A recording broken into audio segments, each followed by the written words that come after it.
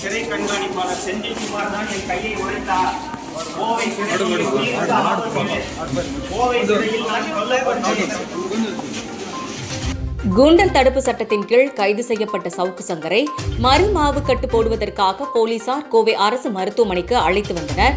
அப்போது சிறை கண்காணிப்பாளர் செந்தில்குமார் தான் தன் கையை உடைத்ததாக கூறியபடி சவுக்கு சங்கர் அரசு மருத்துவமனையிலிருந்து வெளியே வந்தார். கோவை சிறை கண்காணிப்பாளர் செந்தில்குமார் தான் என் கையை உடைத்தார். கோவை சிறையில் நான் கொல்லப்பட்டேன்.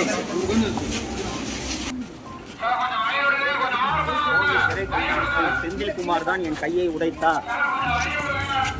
இந்த கோவை சிறைதான் உனக்கு சமாதி என்று என்னை மிரட்டுகிறார்.